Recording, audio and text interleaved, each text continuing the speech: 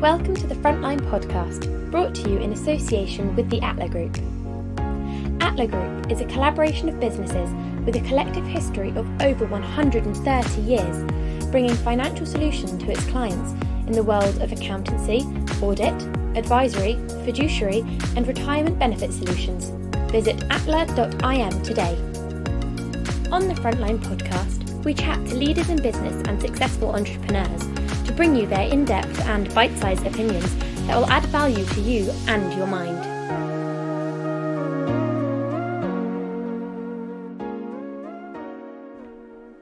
Liam, thanks for joining me again. For those that didn't listen, we had a bite-sized episode out recently just providing an overview of Liam, MS Risk, which certainly I'd recommend having a quick listen to. It's only a quick podcast just to get a bit of background on MS Risk and your business. We thought that we'd take this opportunity maybe to just dig into a bit more of your expertise and what you've seen in your sort of day-to-day life. So maybe again, just setting the scene a little bit for our listeners.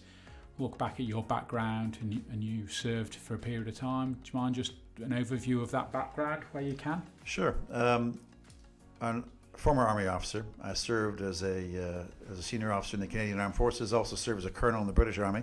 And for the last 25 years, I have been working in the corporate security sector with a particular focus on crisis response, working internationally.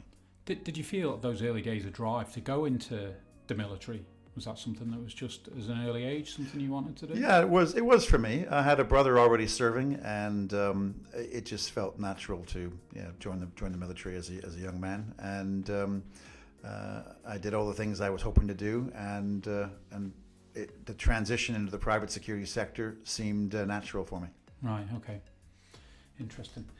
So there's so many areas to cover. So let's start with, I'll just throw some words out and I'm sure you can add some meat to the bones. So I know intelligence gathering is something that is part of the role or part of the job that you do. Do you want to expand a little bit on how you do that, how it's applied?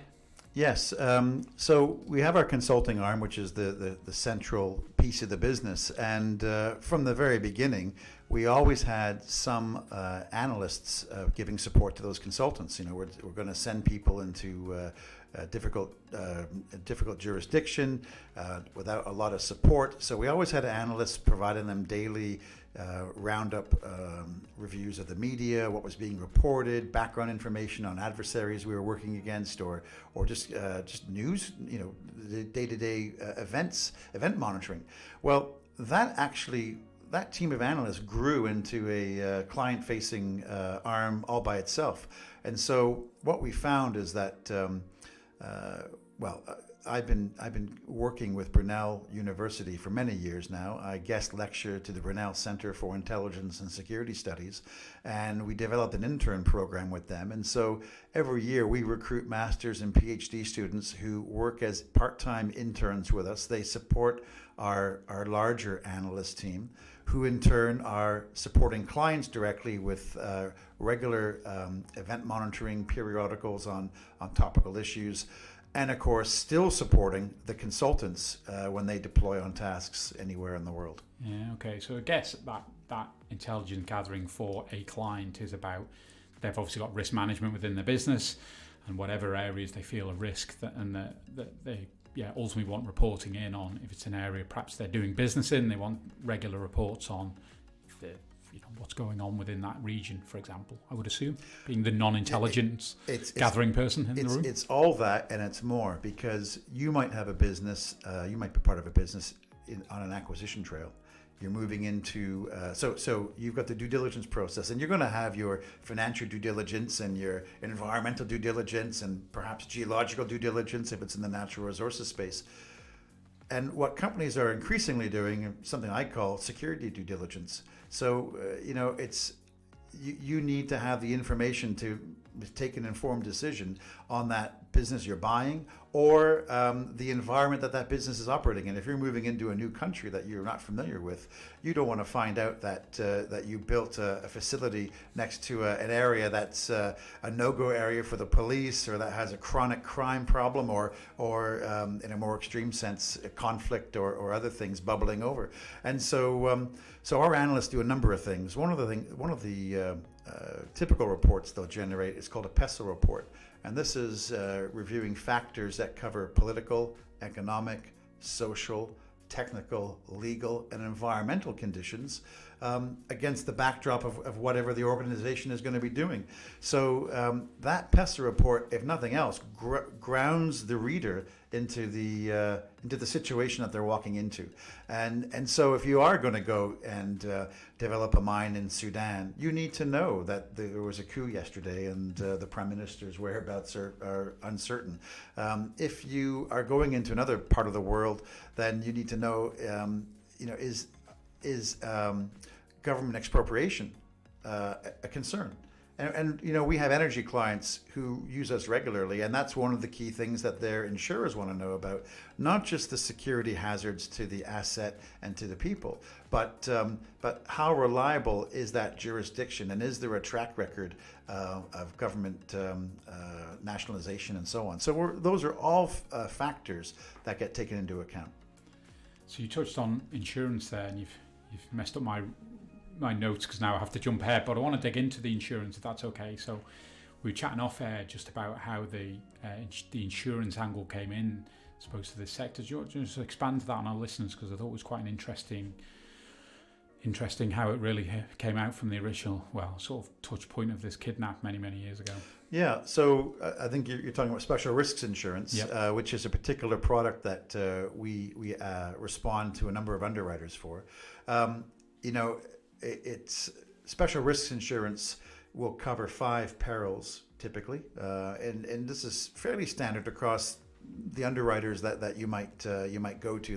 They'll all have similar wordings. The perils will be kidnapping, hijacking, extortion in the widest sense of that word, as well illegal detention, and malicious product tamper.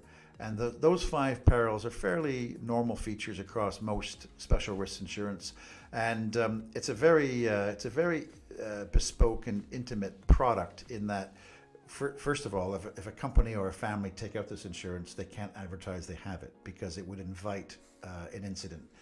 It's actually going to invite targeting by criminals or others, and so quite often companies carry it, and of course the staff can't know they've got it.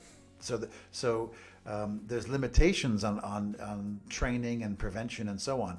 But at the corporate level, there should be a corporate crisis management team, and normally these products carry a training dimension, a prevention training dimension, which companies really are encouraged to take when it's offered.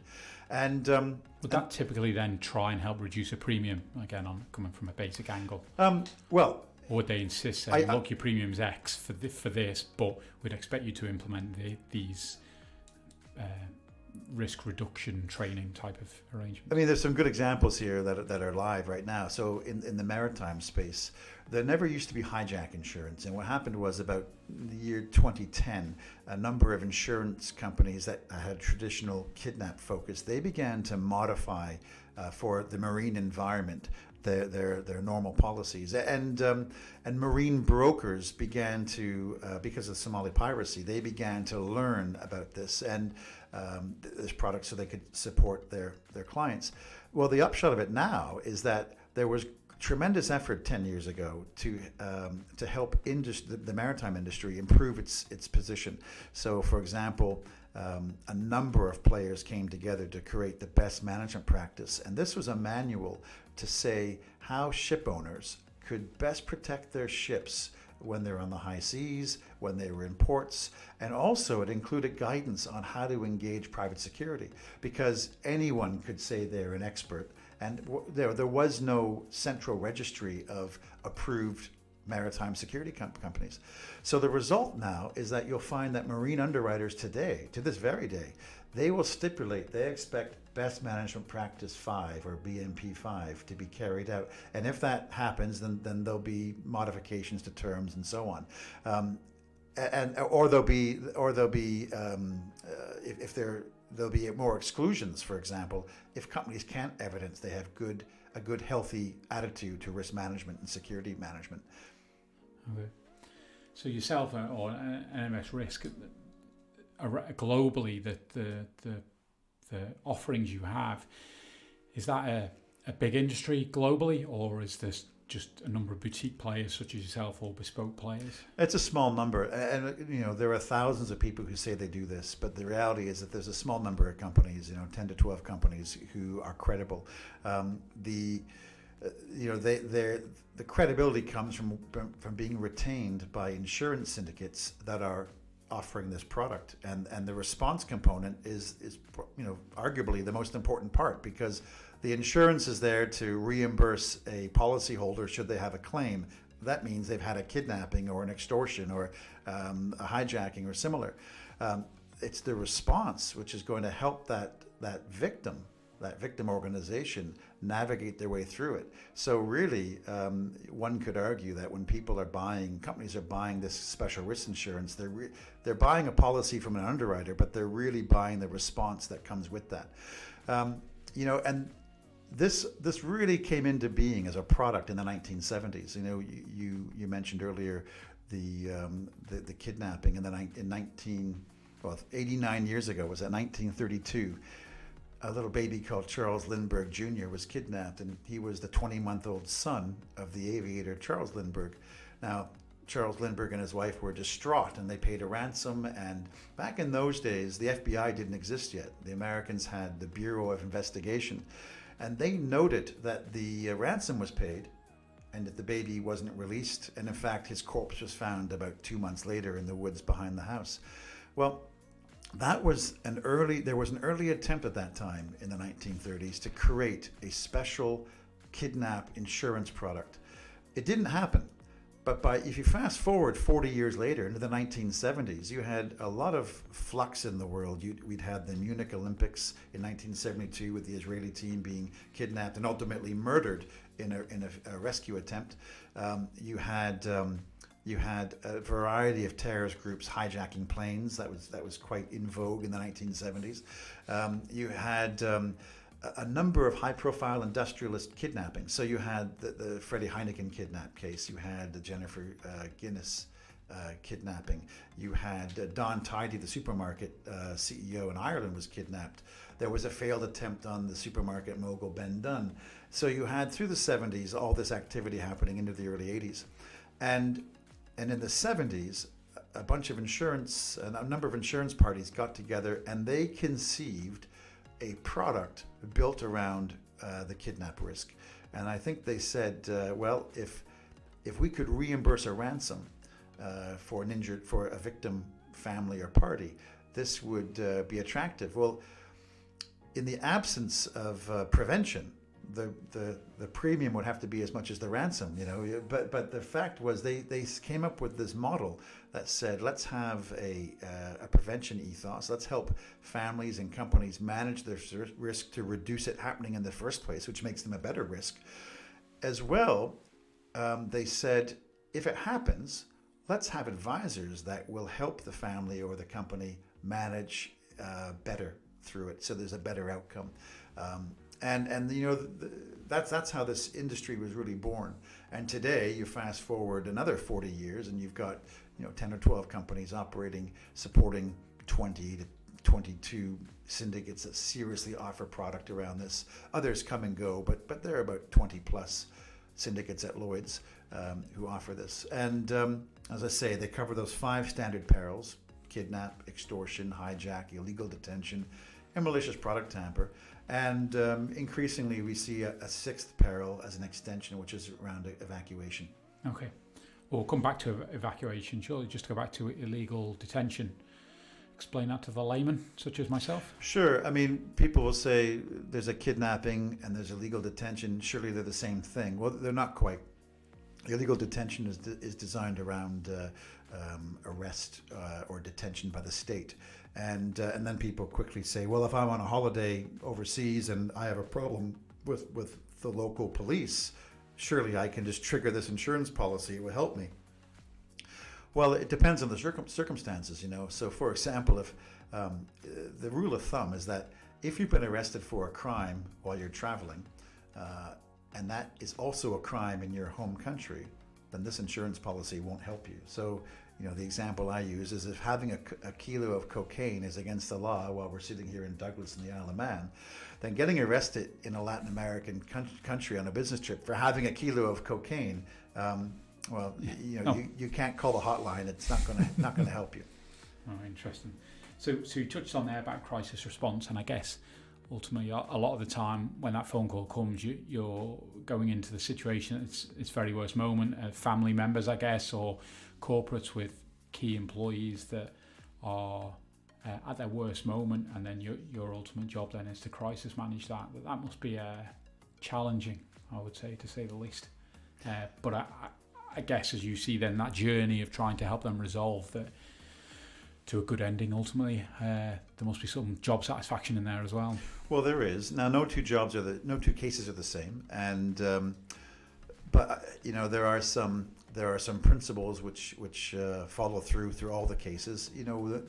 When we arrive to the scene with a family or a company that's in this distress, while we're in transit, a colleague will be giving them hand-holding advice over the phone so that they can field any further communications from the adversary while we're getting to them. We go to where the phone's going to ring. So we go to where the family is. If they're going to, if the victim's spouse is going to be called, then we need to be with the victim's spouse. If the victim's boardroom is going to be called, we need to be in that boardroom. So we initially go to where the phone will ring. You're quite right. We have really a matter of minutes to demonstrate to the people we're meeting for the very first time in many cases that we have a solution, a way forward for them to follow. And so we'll take them through. First we'll assess the information that's available, and then we'll constantly be evaluating and reevaluating who we think we're working against. What the conditions are, how they might change, and so on. And we'll help the client organization form a crisis management team with key figures there, with key roles and responsibilities, and we coach them and we advise them through this. And I sit down at the beginning of every case with those individuals, and I say, I don't know when this is going to end, but I can tell you this will come to an end. Every case comes to an end. And in that moment, they will often describe that they can't see a way forward, and it's very traumatic for them. But whether it's a matter of days or in some cases months or even longer, there is always an end. And when at that end, they will always go back to that first conversation when they met me coming off the plane or what have you, and say, you said this would have an end, and I didn't believe it, but you have taken us through this. You've advised us a way forward, and we've resolved the problem. Yeah, I'm sure. Thankfully, obviously, never being in that situation, that you couldn't see the wood for the trees. I'm sure if you're at the sticky end of that situation. So, again, we sit here in the Isle of Man. Kind of a bubble in many ways, but the reality is, let's just use kidnapping as an example. It's a problem around the globe. I think again off air we were talking about red zones where it's more prevalent. Mexico, I would guess, places like that. So if you got stats, sort of appreciate it might not be able to reel them off the top of your head of the type of numbers of that go on around globally, but maybe what is reported and maybe more importantly, from your own experience, if those numbers are right? In fact, there are no official statistics. I don't think there's any data set that can tell you confidently how many kidnappings occur in the world every year.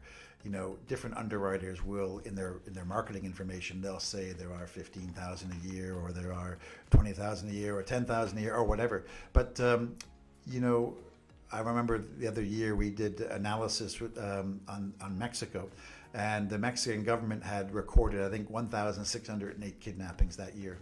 But for many of us who've worked there extensively, we felt that was about 2% of the true number. Wow. And so that would mean that there's over 80,000 kidnappings a year in Mexico. And the vast majority go unreported. They don't make the media.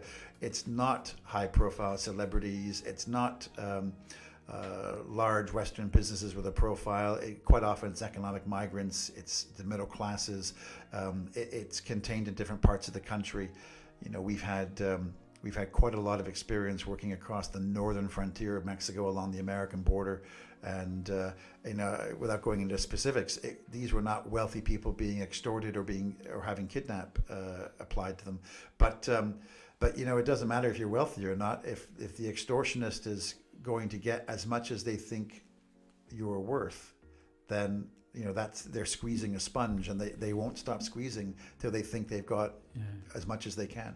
I guess again, I think about a kidnap situation, and again, perhaps just press and the belief of someone's been kidnapped, want £2 million. But I guess again, in some of those areas, if they're getting, I don't know, a couple of £1,000, that's just, just seems, maybe, I don't know if that's the case, but it just seems an amazingly small amount of money for a kidnap. But again, if that's the way they extort money, I guess that's...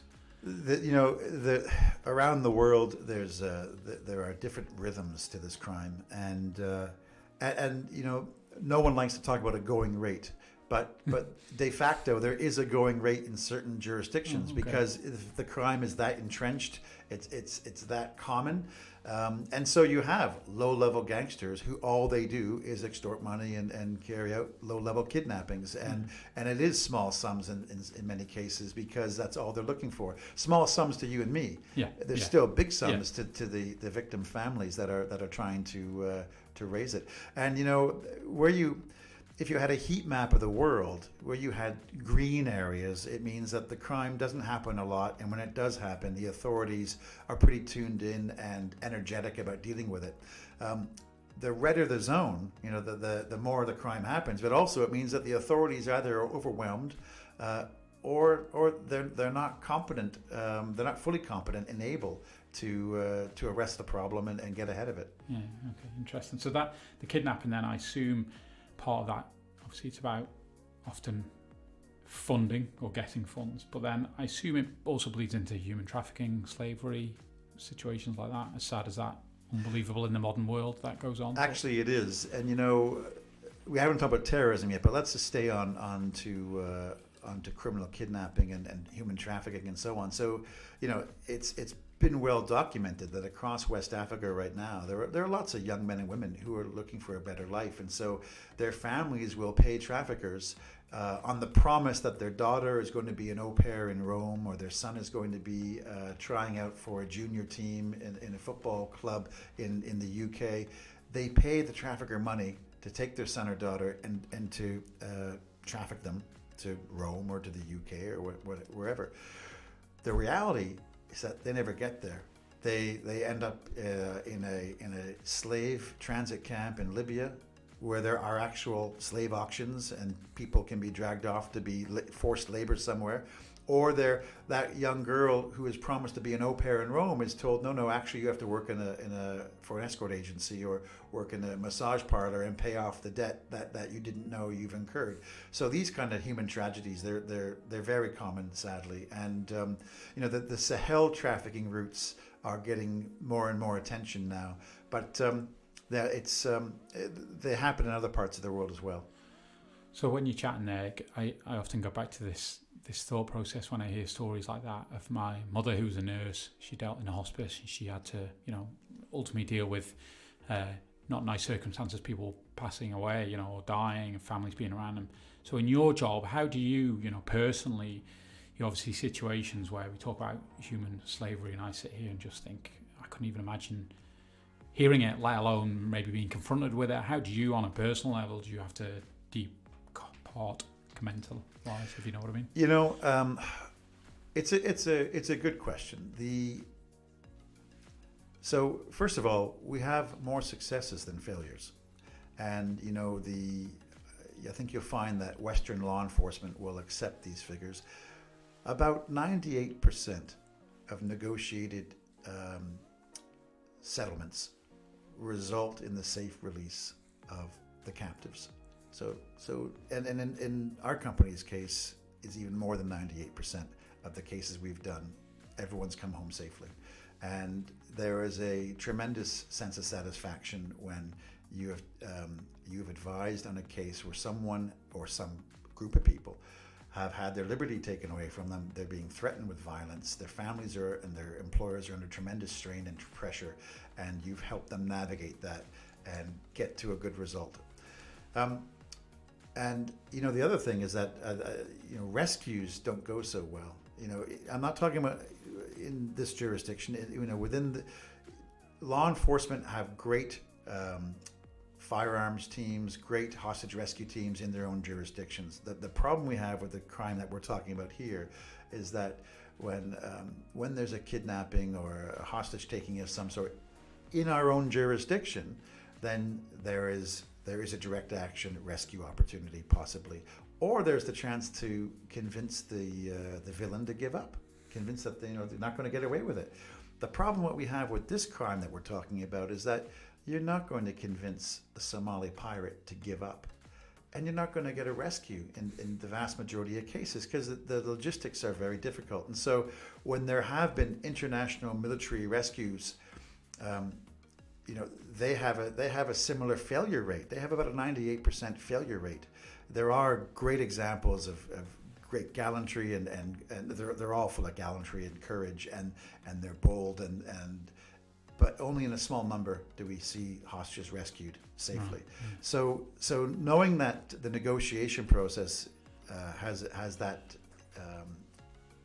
those odds, and especially when it's done correctly, that's fulfilling. When we have bad moments, and there have been bad moments, I guess we temper that with the good outcomes. Yeah, absolutely. That's what I'll say for that. So we talked about global kidnapping. Then you mentioned terrorism, and you mentioned about coming back to that. Did you have something particularly around that area? Well, of course, with terrorism, you've got there's a different purpose behind it. If we're a couple of gangsters and we go kidnap someone, it's for money, and it might be small your amounts, gang now. But if we're doing it for a different purpose, that attaches a whole other set of boundaries, another set of boundaries to it. So what would that be when you talk about a different set of boundaries? In what context? Well, from a few different angles. So from the kidnapper's perspective, they might not be kidnapping for ransom. They might be kidnapping for a political purpose, which could be ultimately to murder the hostage and put it on the internet. And we've got plenty of ample evidence of that, from time in Syria and Iraq and a few other places. So it's not about a ransom. It's about a political demand or a concession, and if it's not realized, then it's a tragic outcome, or it can be. So that is a different set of stakes. And just because they say they're from a terrorist group, that doesn't mean they are, because sometimes these groups will do this, and they'll use a banner name to try to be the boogeyman and scare the family or scare the employer into more submission. So just because they say there's something doesn't mean they are, but they could be, and I guess the raison d'etre is different. I was going to say, to go back earlier to that kind of intelligence gathering part of that, I guess, as your role is to suss out, are they who they say they are they representing that banner they're under? I guess, again, that's all part of what you're doing, as well as working with the victim to get to the stage you need to get to. Indeed, and you never always have a categoric confidence, but yeah, you're trying to assess, are they who they say they are? Could they be somebody else?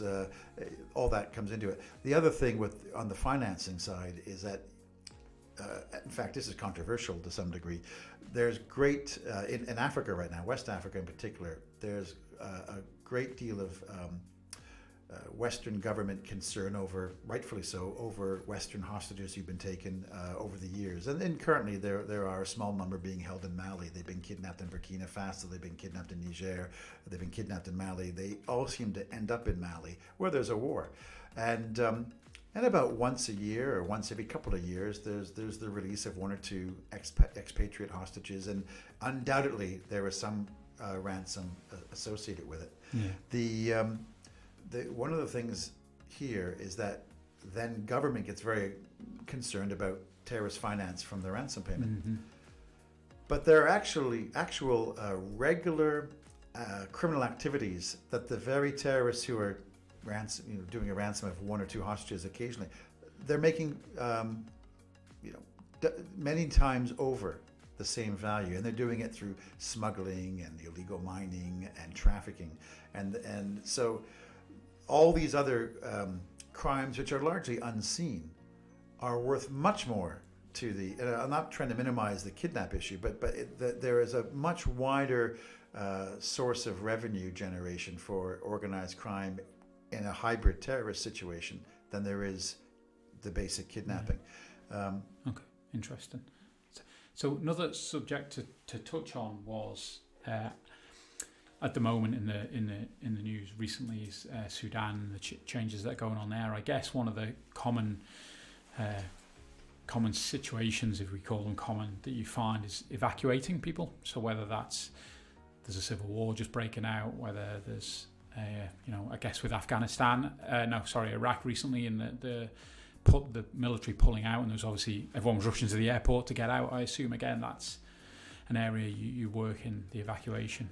No, definitely, and there are a number of factors that come into play here. So ideally, if you're in a country that is demonstrating or displaying stability issues, you shouldn't wait until there is that moment of we need to get out of here. If we actually have a tension indicator that our clients use, and it's really 4 levels. And level 4 is everything's normal and green, and level 1 is critical, and you shouldn't have any staff in that country. And then you can imagine 3 and 2 are graduated levels. But that we can plot where you are, because it's not just about saying what you should do. It's also giving the indicators as to what's happening. So when you have a little bit of increase in criminal activity like kidnapping or bombings or assassinations, that's going to tell you that, okay, things aren't normal. When you see religious or ethnic violence flaring up, when you see the inability for law and order to carry on, these are all indicators which should be triggering commensurate activity, such as thin out non-dependent staff, thin out dependent personnel, spouses and children. Look at where everyone's living and consider moving them to more centralized areas that are easier to safeguard and control.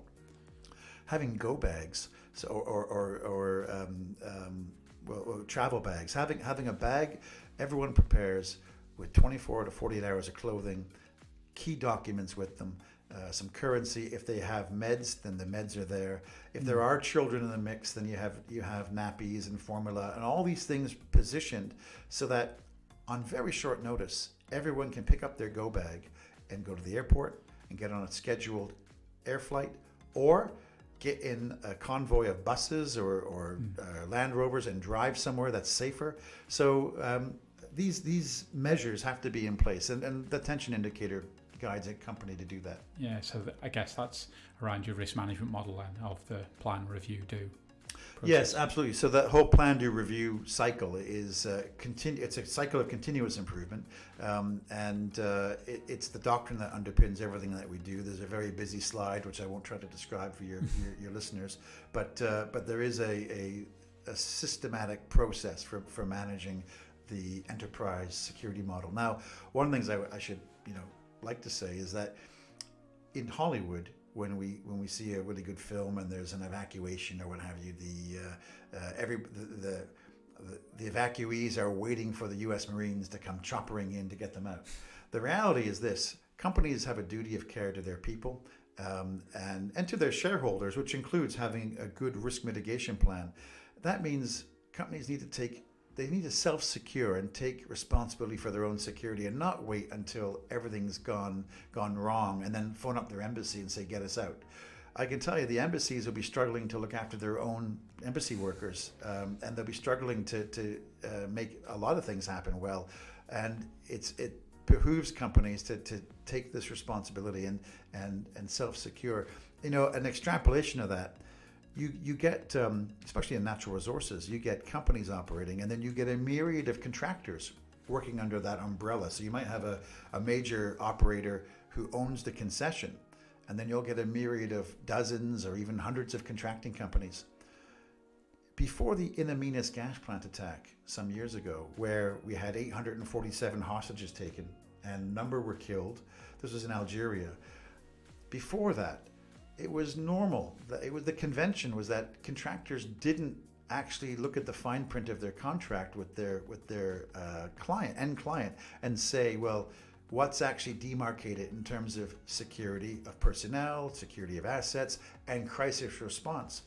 But the In Amenas gas plant threw up a number of problems, and Statoil have to be really congratulated because they did a very detailed forensic analysis afterwards, and they published their report in full for the world to see. And a number of learnings came out of it. The result today is that in the energy sector in particular, there's much better preparation by all parties. So a drilling company will know if it's under the umbrella of security reliably of their end client, or if they need to create their own umbrella of security.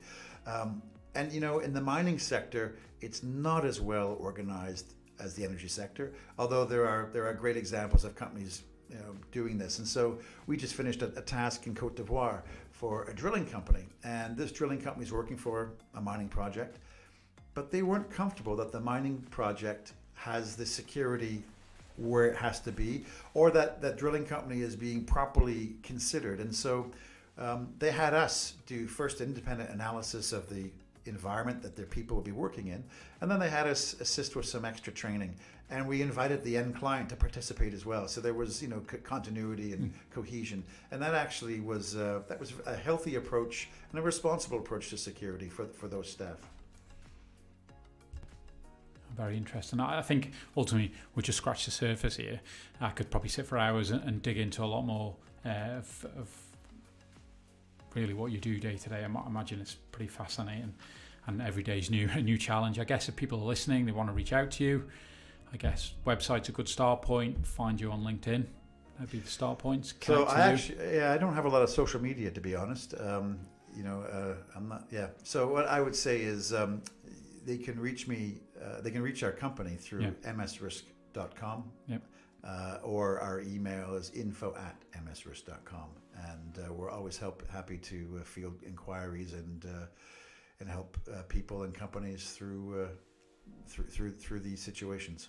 Great. Well, thanks for coming in. Hopefully, it give our listeners a really fascinating insight. Obviously, the information and the knowledge you can see is there, so I'm sure you can add value for people. So again, thanks for joining us today. Thank you very much. Thanks for listening, everyone.